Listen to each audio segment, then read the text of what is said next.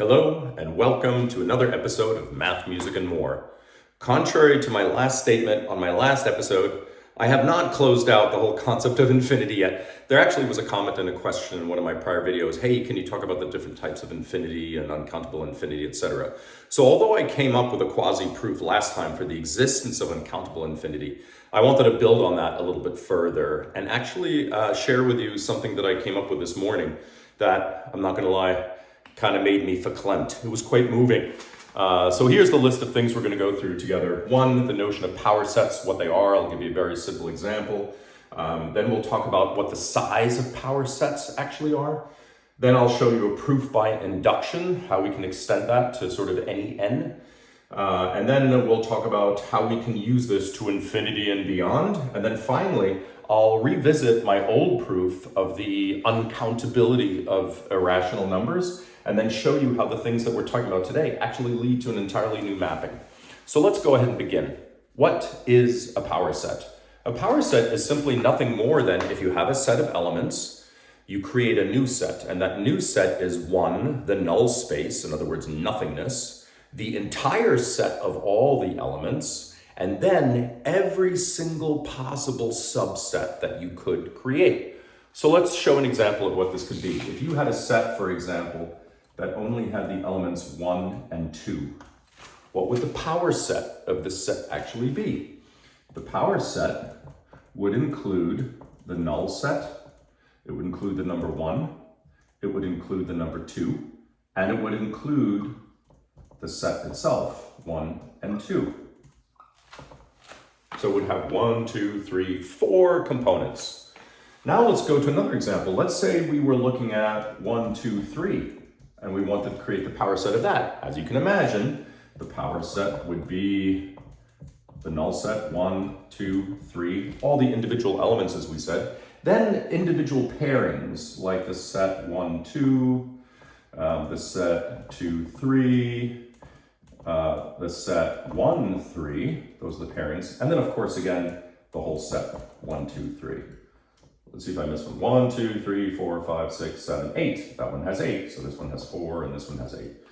And interestingly, if you just had one element, what if we just had the set with just the number 1? What would actually the power set look like? Well, it has to include the null set, any of the individual elements, and any subset thereof, and the full set itself. Well, the full set itself and the individual elements are all the same thing. So here, we actually just have 2 elements. So anyway, giving you these simple examples, I hope that already illustrates for you well enough what the power set actually is. It's an incredible way of taking a list of things and creating another set that is notably larger with very interesting properties. Now, let's talk about the size of the power sets. You can probably already guess from the examples that I gave before that if you have a set with n elements, the power set is going to have elements 2 to the n. Remember, when we had only one element, it gave you 2 answers. When we had 2 elements, it was 4. When we had 3, it was 8. So it stands to reason that it could be something like 2 to the n. But let's go ahead and prove that for a second. And for that, let's do proof by induction. We already showed that for n equals 1, there were 2. So therefore, we demonstrated already that 2 to the 1 equals 2. That holds.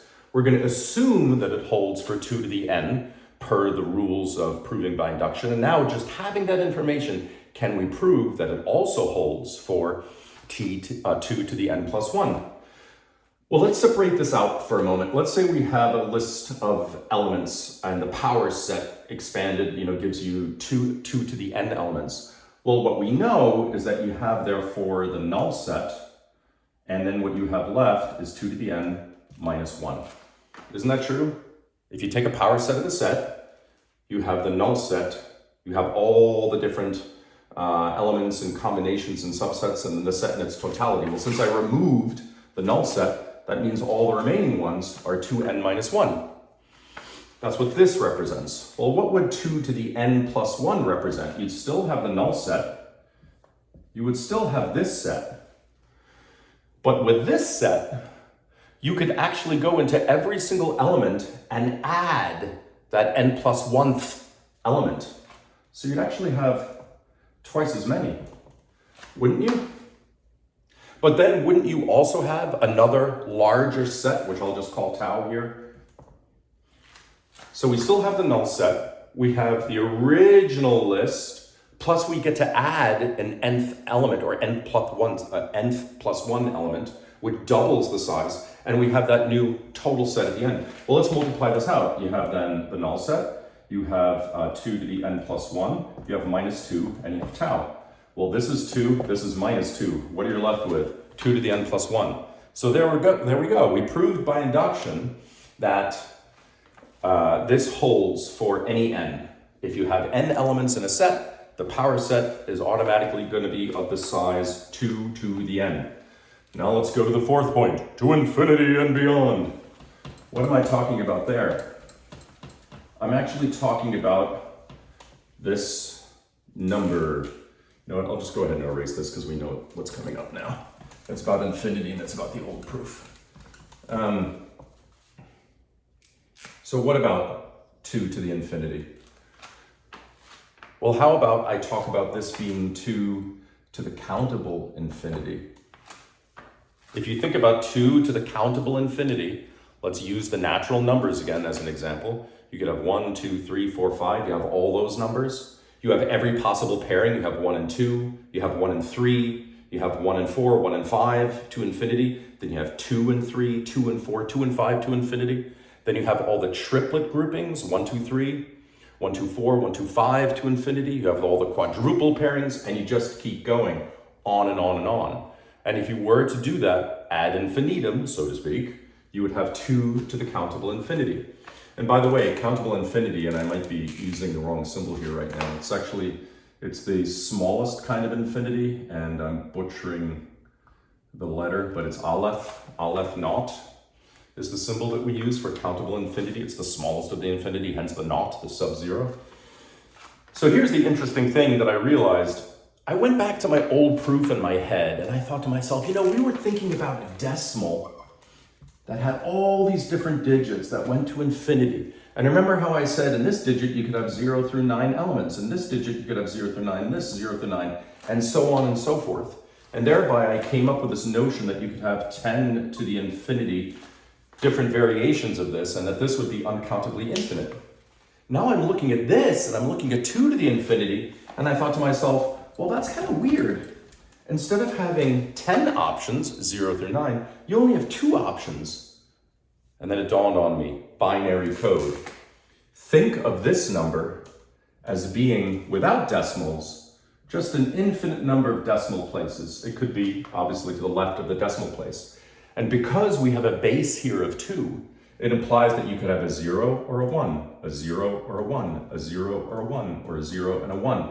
And then suddenly I made the connection this morning, and this is where I was visibly moved because it's so freaking beautiful, that this infinitely long string, this binary code, can be used to actually denote the power set. And why? Because if they're all 1s, you get the entire set in its entirety, all natural numbers. If they're all 0s, you get the null set. If you have a 1 here and all 0s everywhere else, or a 1 here and all 0s everywhere else, it's the individual elements. Every time you have 2 1s, wherever those are, those are all the pairings. So in fact, using an infinitely long chain of binary digits is a great way to represent the power set of the natural numbers. And in fact, that is then uncountably infinite. And here's the cliffhanger I'm going to leave you with now. What if we took the power set of the power set? How big would that be? Well, that would be, as we proved, 2 to the 2 to the aleph naught, and so on and so forth. And that's when you start getting into crazy large forms of infinity, where the cardinality of the number just starts growing and growing and growing. All right, so I hope you found this interesting and entertaining. It's a great example of not just mathematics, but what I like to call meta-mathematics. It's beautiful.